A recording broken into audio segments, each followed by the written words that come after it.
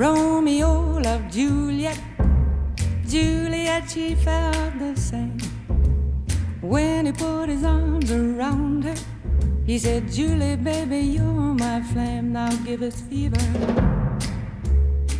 When we kiss it. Amigas, amigos, buenas noches, bienvenidas, bienvenidos al tablero en Mega TV.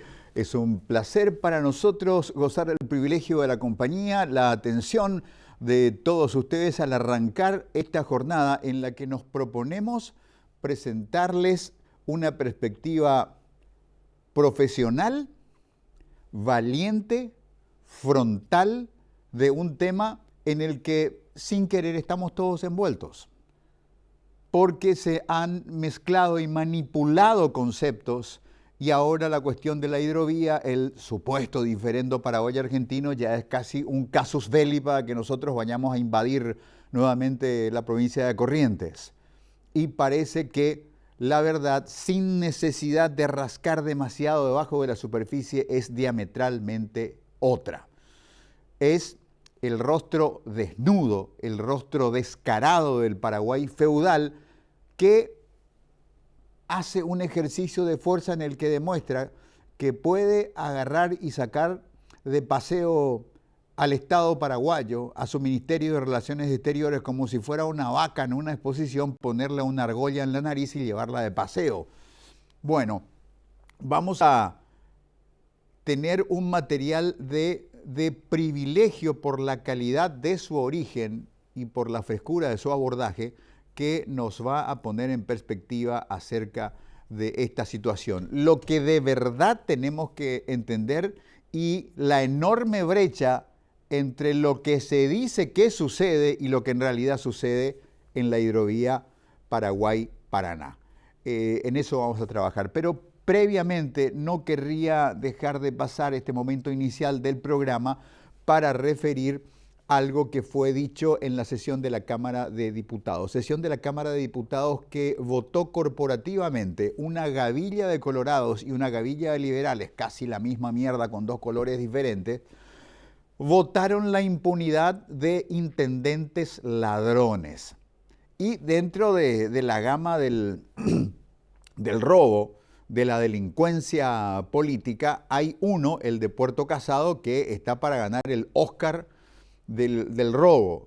El amigo fue descubierto, pueblo chico, infierno grande, estrenando camioneta del año, 0 kilómetros, y refaccionando la casa de su madre.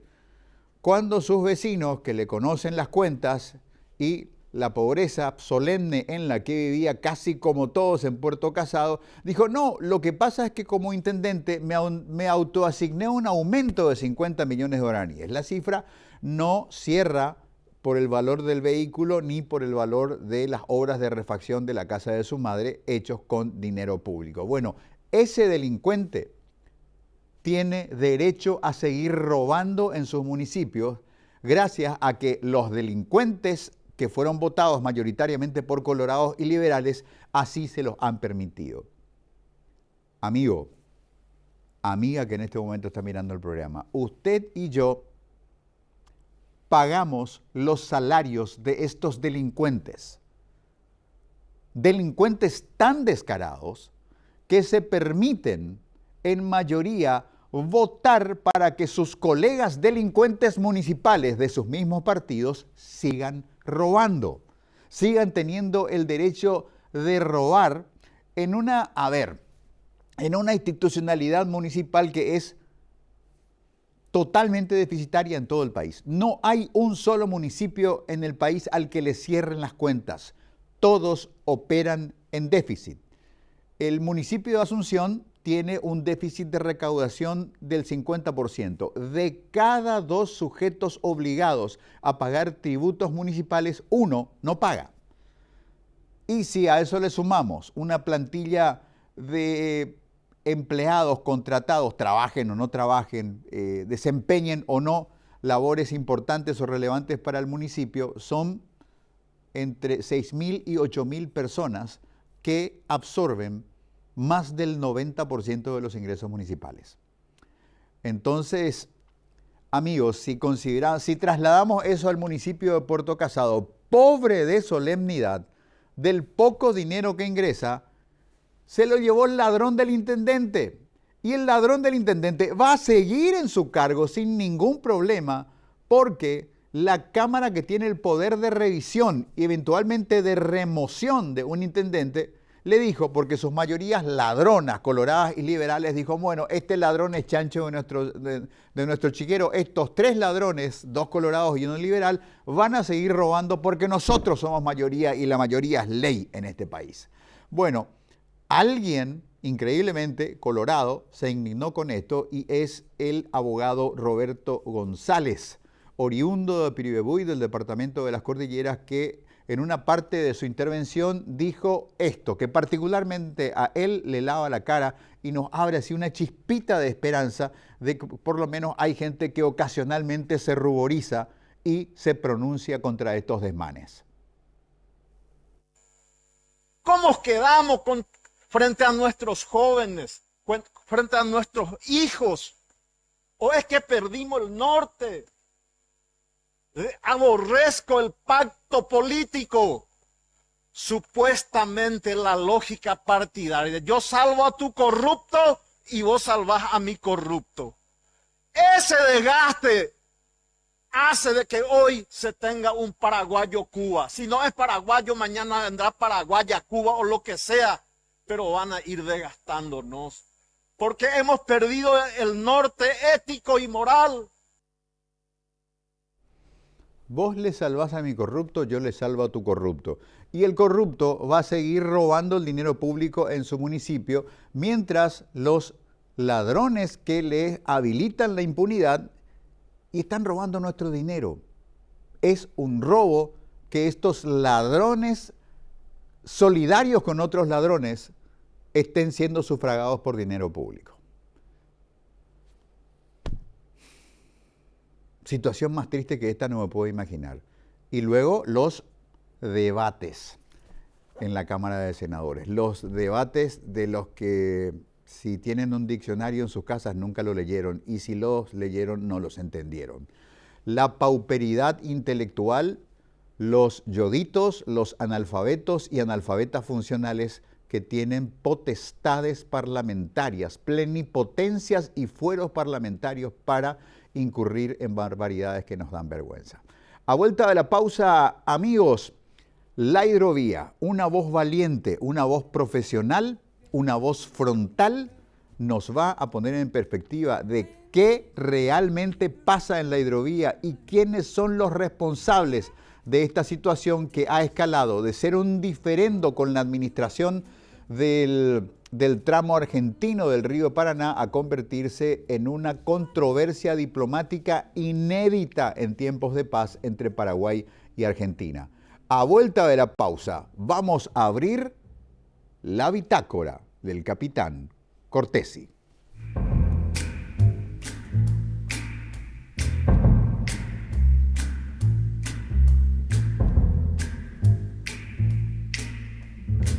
Never know how much I love you.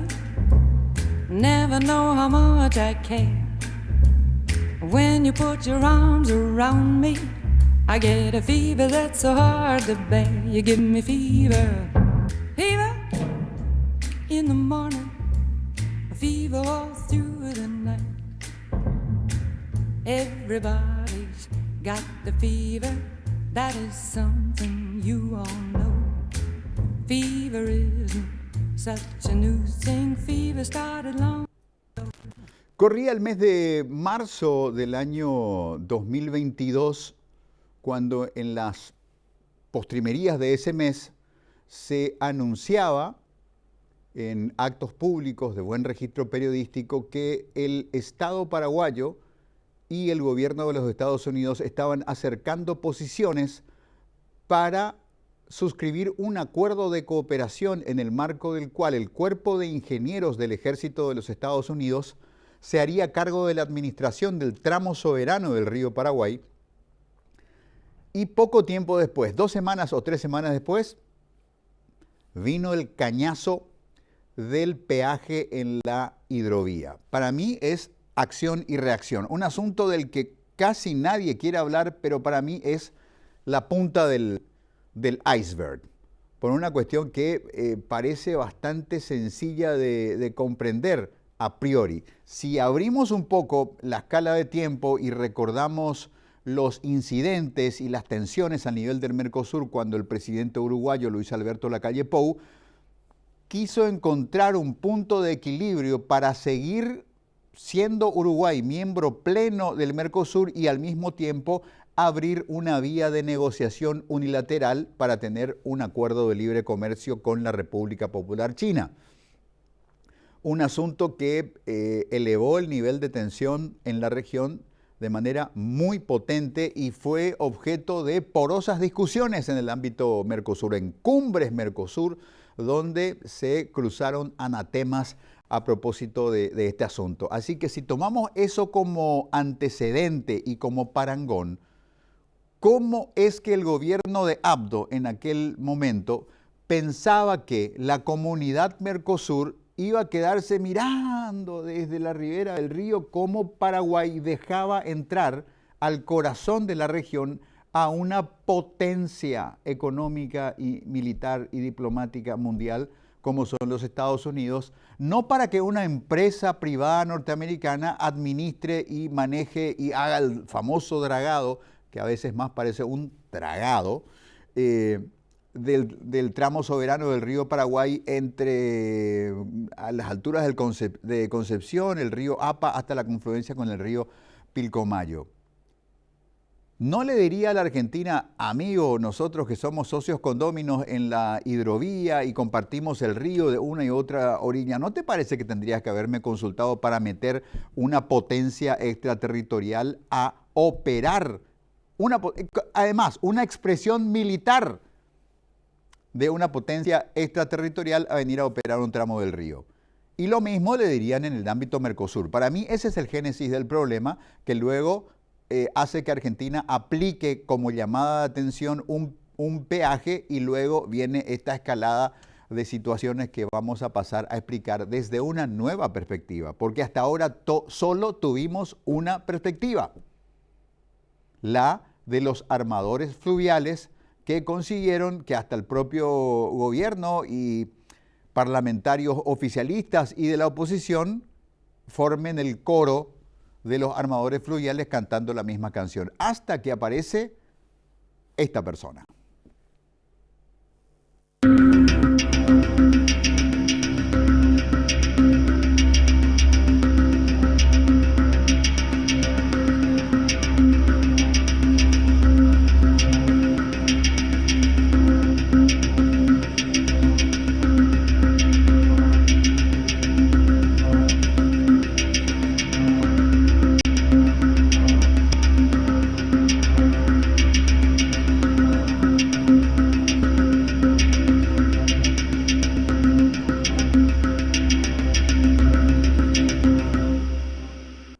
Bueno, ahí está. Les presentamos al capitán Óscar Cortesi, un marino mercante profesional con especializaciones muy importantes y con participaciones profesionales en hechos muy relevantes de la logística marítima internacional, como lo vamos a mostrar un poquito más tarde.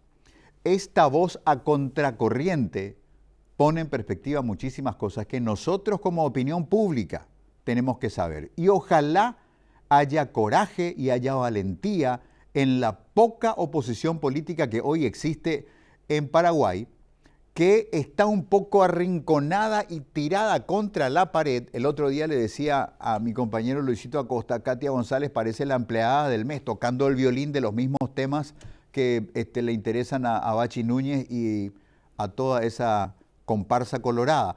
¿Por qué? Porque probablemente una opositora que lleva años de desgaste, años de luchar y chocar contra el frontón, de vez en cuando se asusta o de vez en cuando se cansa de estar escupiendo contra el viento.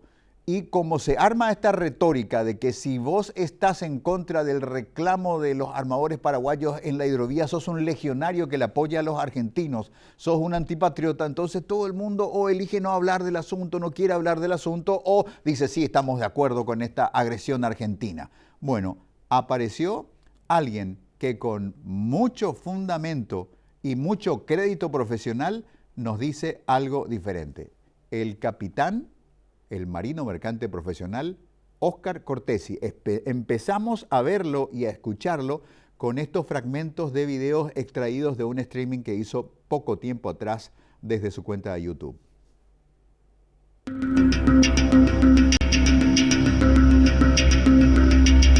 La novela del cobro del peaje a las embarcaciones extranjeras en el tramo Santa Fe, Confluencia, en la hidrovía Paraguay-Paraná, tiene nuevas acciones.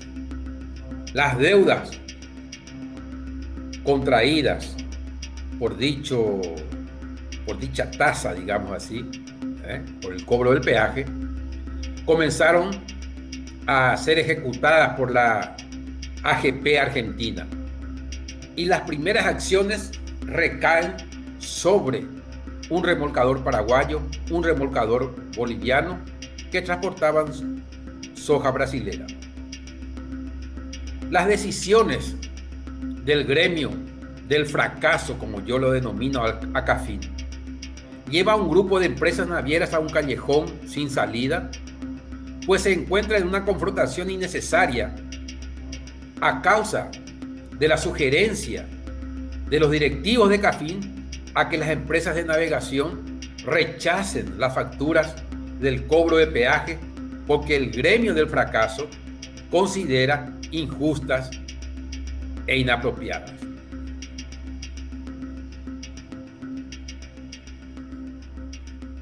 Bueno, ya les presentábamos en el video introductorio el perfil profesional del marino mercante capitán Óscar Cortesi. ¿Recuerdan hace 2 años cuando un Super Panamax, uno de esos barcos cargueros que pueden cargar 14.000, 15.000 contenedores como consecuencia de una mala maniobra y el viento cruzado en contra, quedó varado taponando el canal de Suez, provocando una locura de taponamiento de la logística marítima internacional, que las autoridades del canal de Suez tuvieron que extremar medidas para solucionar el problema de ingeniería que representaba poder volver a ubicar ese enorme barco en un curso como para que pueda salir de ahí y que pueda fluir toda la cantidad enorme de barcos de carga que principalmente origen China estaban estaban colapsando el resto del tramo, y la mayoría de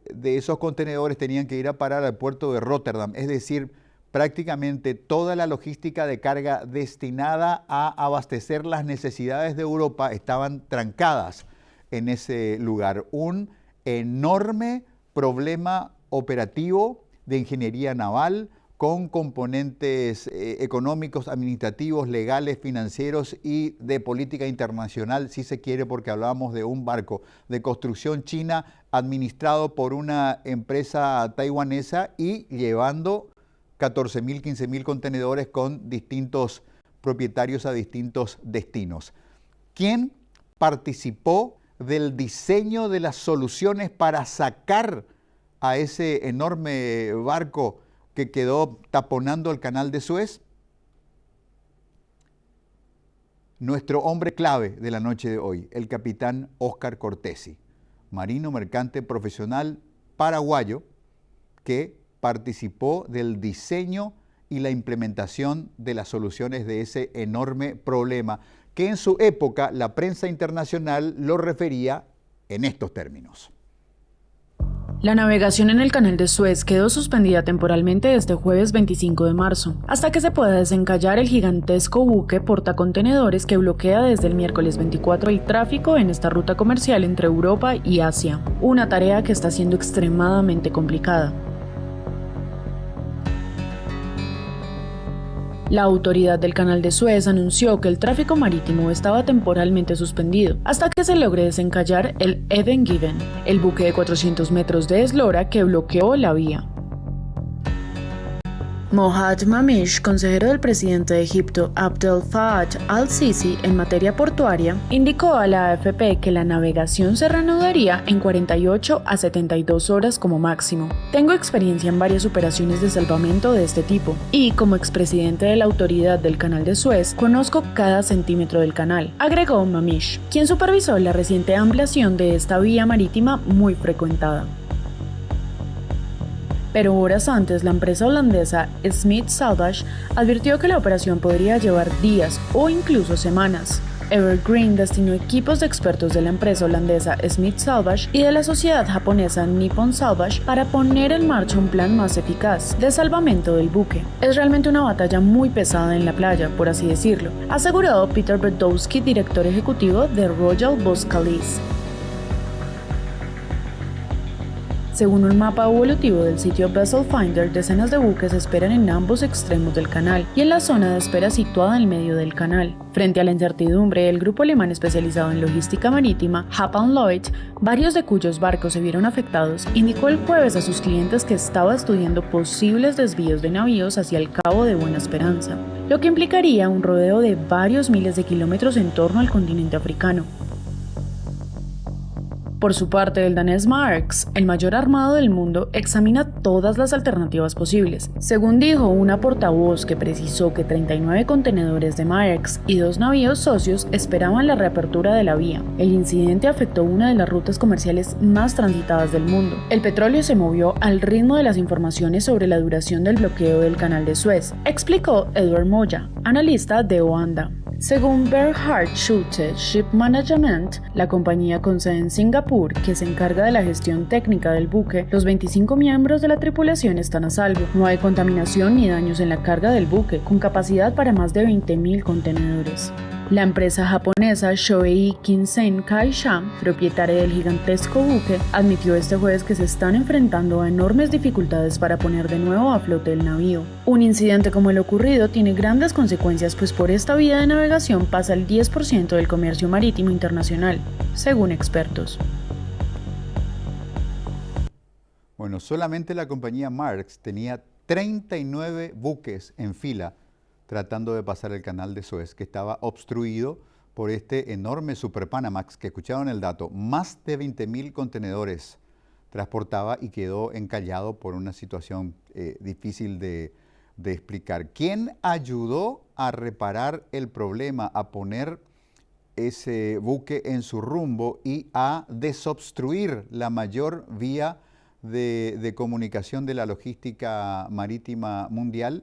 El capitán paraguayo Óscar Cortesi, que es en esta noche nuestra fuente de información para entender, para tener un muy necesario y valiente contrarrelato que nos dice que los armadores fluviales no le están diciendo toda la verdad o no le están diciendo casi ninguna verdad al gobierno, al Congreso y a la opinión pública. Ahora, los fundamentos de la decisión argentina y por qué contradice la narrativa de los armadores fluviales paraguayos.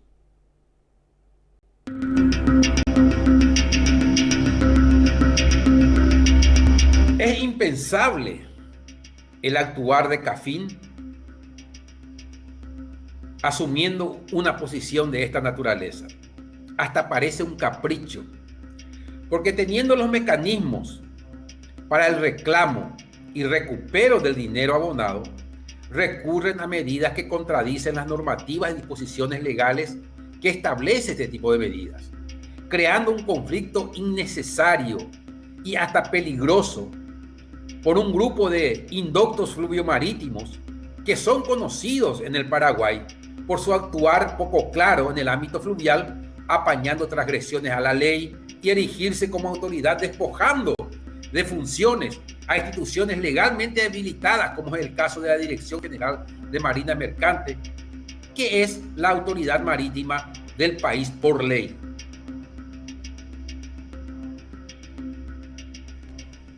Amigos, vamos a una pausa, amigas, vamos a una pausa y a la vuelta vamos a entrar en detalles finos de la posición contracíclica de este profesional de la logística fluvial y marítima que tiene una opinión y tiene fundamentos que nos apuntan a decir lo que hemos afirmado en la introducción previa, que la Cámara de Armadores Fluviales y Marítimos, CAFIM, primero usurpa funciones de gobierno y tiene tanta potencia como lobby que ha logrado arrastrar al gobierno paraguayo para administrar un problema que por alguna razón ellos no están queriendo tramitar por la vía ordinaria, que todavía no ha sido activada. A vuelta de la pausa, los detalles. Such a noosing fever started long ago.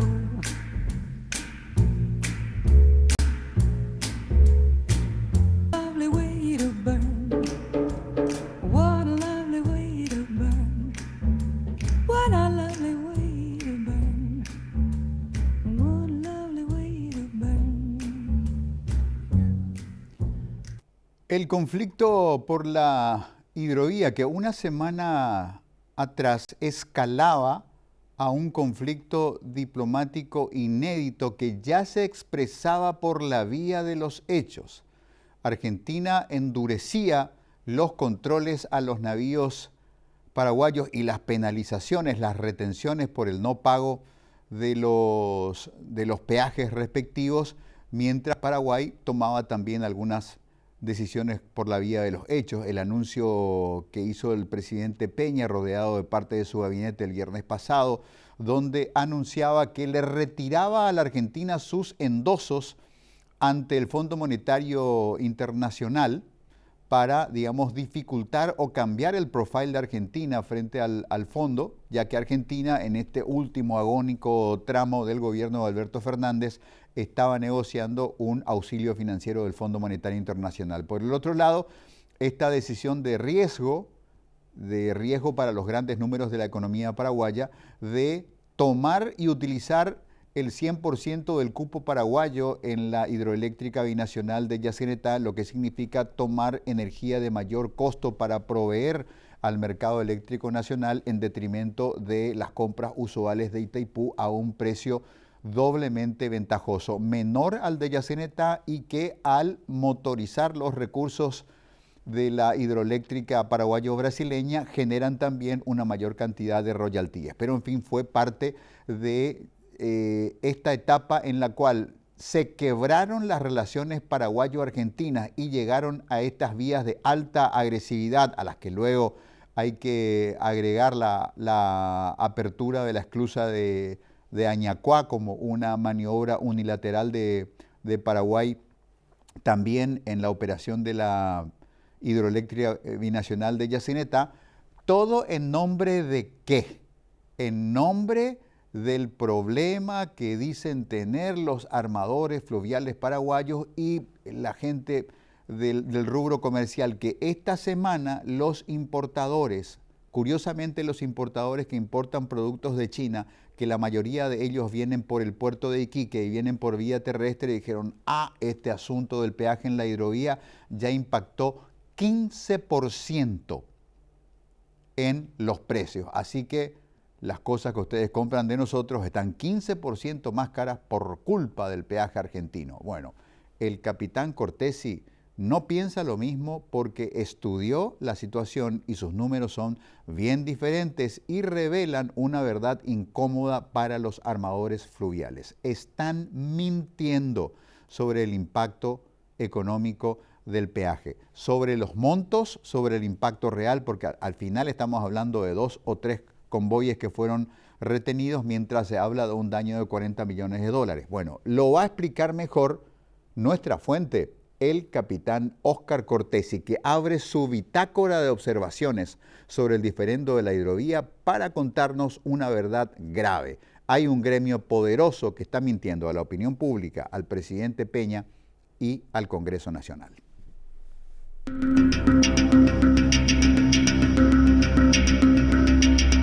La primera medida judicial para el cobro del peaje se ajusta a la ley, pues en cualquier parte del mundo la prestación de un servicio por un país siempre tiene un costo. ¿O acaso alguien que cruzó el canal de Panamá el canal de Suez o el canal de Kiel sin pagar por ello? Pregunto si alguien lo hizo. Es más, recientemente, uno de los grandes portacontenedores del mundo tuvo un incidente en el canal de Suez y ese buque que varó dentro del canal y atajó todo el comercio internacional, eso sí que afectó al comercio mundial. Esa embarcación fue embargada por la autoridad marítima de Egipto.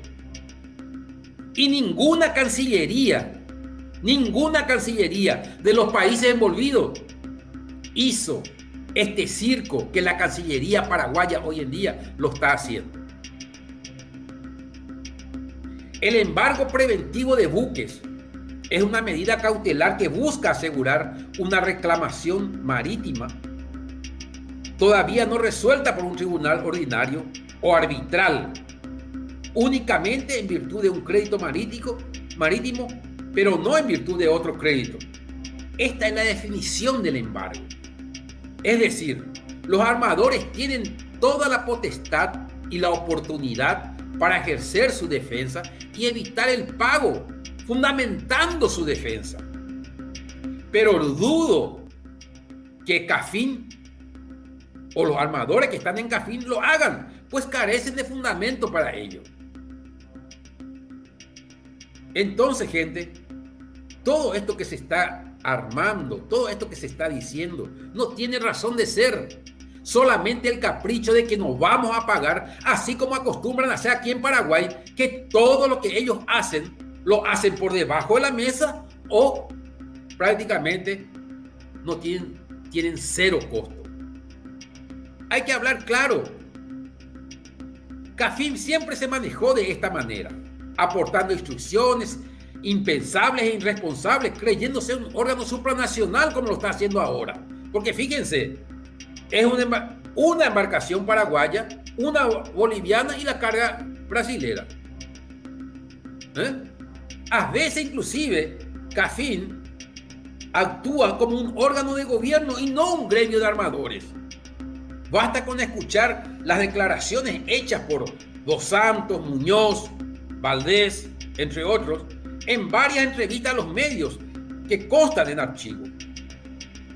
Esta vez se le fue la mano con estas acciones miserables y abusivas que practican ellos en detrimento del quebrantamiento de la ley y en complicidad con la Cancillería Nacional que desempeña un lamentable papel de ser portavoz de un gremio y no en la defensa de un país.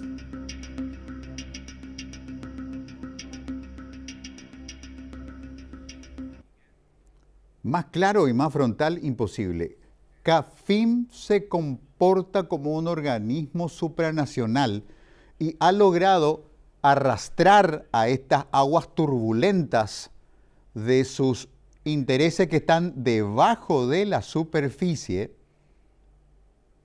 arrastrando al Ministerio de Relaciones Exteriores que, según lo acabamos de escuchar al capitán Cortesi, cumple el lamentable papel no de ser un organismo representativo de la defensa de los intereses del Paraguay en materia de política internacional, sobre todo en nuestro delicado equilibrio con el vecindario y con nuestros vecinos estratégicos Argentina y Brasil, sino, degradar al Ministerio de Relaciones Exteriores para convertirlo en un vocero de CAFIN, al que Cortesi le reclama por qué no va por las vías ordinarias a protestar el peaje o por qué no negocia de otra manera el sobrecosto que le representa al peaje, de manera que ese impacto pueda reducirse por una otra vía en los acuerdos que puedan lograr con los dueños de la carga, con los destinatarios de la carga, en fin, con las figuras a las que se pueda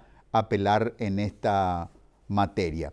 Y aquí de por medio hay otra cuestión, amigos, que es un grito solapado en el que yo de repente me encuentro en la más absoluta soledad. Hablo y que sé que lo que genero es un ruido que nadie procesa. o que muy pocos procesan. Llevo demasiado tiempo diciendo que si un vecino que tiene un terreno baldío y que quiere construir una casa, un dúplex, que ahora está tan de moda construir dúplex, ese vecino, si quiere echar los árboles que están dentro de ese predio, va a tener que presentar un estudio de impacto ambiental hecho por un perito en este tipo de cálculos y que va a tramitar ante el MADES, ante el Ministerio del Medio Ambiente, para calcular el impacto ambiental que va a generar el derribo de 2 o 3 árboles para que este amigo pueda construir sus dúplex en su terreno. Sin embargo, el río Paraguay, principalmente el río Paraguay y el tramo paraguayo del río Paraná, se draga a lo loco cuando les conviene a estos tipos. Ahí no hay estudio de impacto ambiental, no hay estudio de impacto en la vida subacuática, en la vida íctica, en la vida de todas las formas biológicas, vegetales, animales que están en el dominio de estos grandes ríos. Se draga y punto. Y que los ambientalistas se quejen, que nosotros los periodistas que tenemos un oficio contracíclico nos quejemos, y bueno, está dentro de la regla. Pero miren esta noticia que es de estos días nada más.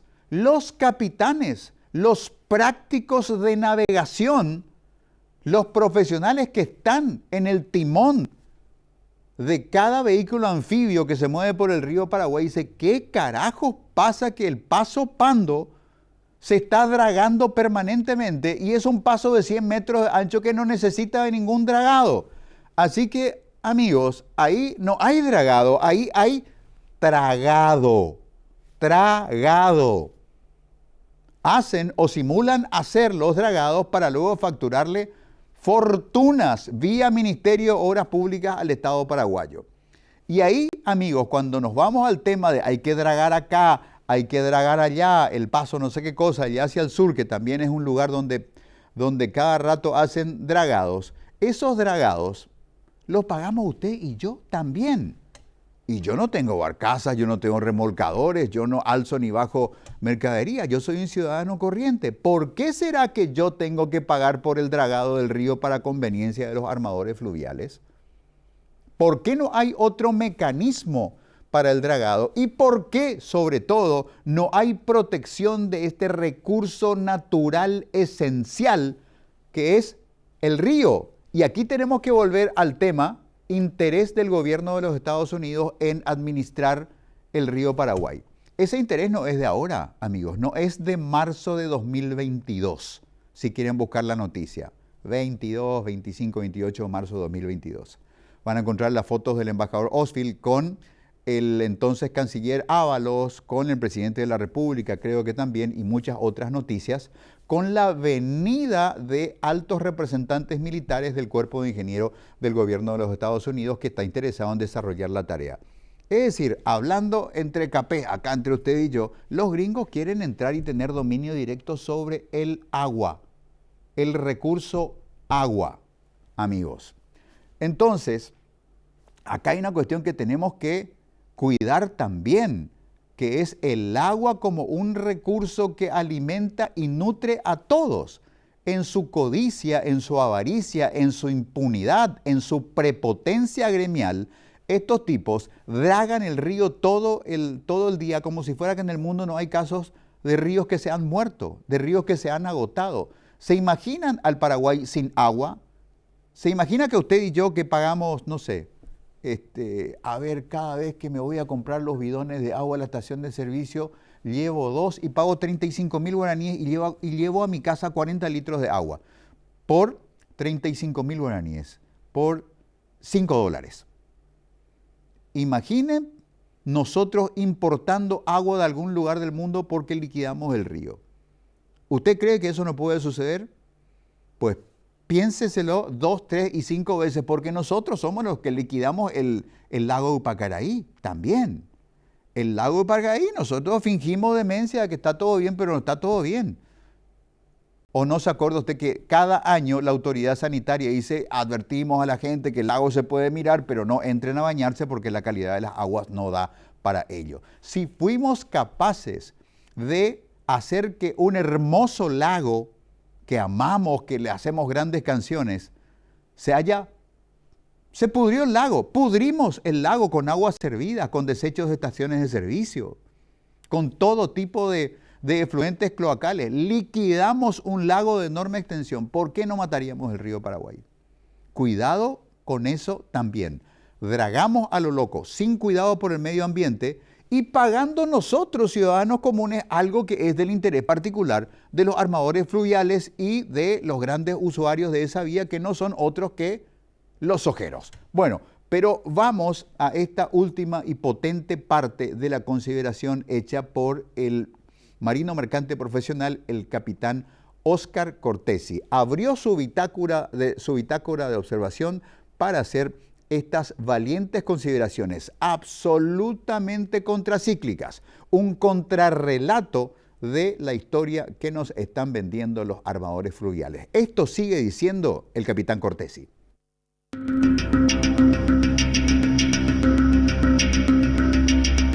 Nada más mentiroso utilizado como argumento por esta gente de Cafín, en donde dice que el comercio paraguayo está en peligro.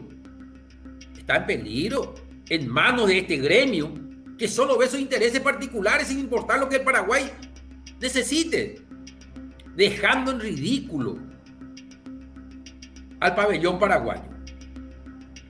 Estaba leyendo las declaraciones de unos armadores, ¿verdad?, diciendo que esta medida afecta al comercio internacional paraguayo, violando el Tratado de Libre Navegación de 1967 y que puede impactar negativamente en el sector combustible por ser país importador. Es decir, jamás demostraron en números que la medida realmente tiene un impacto. Yo presenté un análisis hace poco por este mismo canal, ¿verdad?, y quedó demostrado que la medida no tiene ningún impacto. Es un capricho de Cafín en mantener esta postura hostil e ignorante. La culpa de todo esto lo tiene el gobierno paraguayo. ¿Por qué? Porque desde un primer momento hubiese tomado el caso y ver realmente la raíz del problema. ¿Y por qué digo esto? Porque la autoridad marítima paraguaya está ausente, callada y escondida en este momento difícil en que todos tenemos que estar preocupados por la, digamos así, por la logística paraguaya.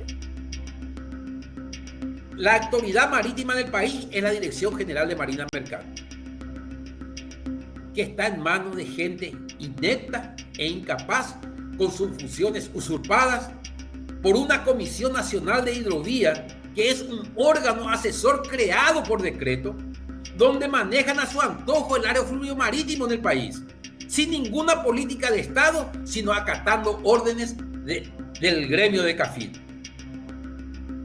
Durante más de 8 meses de disputa con AGP Argentina, Cafín sostiene que existe un sobrecosto por culpa del peaje de unos 40 millones de dólares, con lo que demostraron que no tienen la mínima capacidad para hacer un cálculo, pues el peaje que se cobra por tonelada de registro neto, o sea, se cobra por el peso del remolcador y el peso de la barcaza, y no por la carga transportada, y que representa 1,46% sobre el flete de la carga. Imagínense, 1,46%. Algo despreciable, algo que bien se puede negociar con el transportista o con el embarcador y así evitar este embrollo. Entonces, gente, grande es la sorpresa cuando que la primera interdicción de navegación de una embarcación de bandera paraguaya es por una deuda de $4.500. Espera un poco, ¿cómo es el tema? $4.500 la deuda. Dista mucho los 40 millones que Cafín estaba diciendo que era el perjuicio. Y bueno, que ya nos tiene acostumbrado, Cafín ya nos tiene acostumbrado con estas cifras extraordinarias de pérdida, de mentira, es todo mentira. No tienen la capacidad de hacer un cálculo esta gente.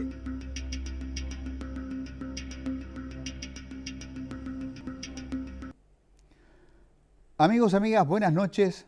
Muchas gracias. Nos complace mucho haberles presentado este contrarrelato y abrir desde aquí, igual que lo hicimos esta mañana en las 780M Mega TV, una invitación a la gente de CAFIM. Ya tenemos la aceptación, el sí del capitán Cortesi para confrontar opiniones, para confrontar relatos y con la ley en la mano, ver de qué lado está la verdad. Buenas noches, muchas gracias una vez más. En instantes, Mario Ferreiro estará con todos ustedes conversando la noche.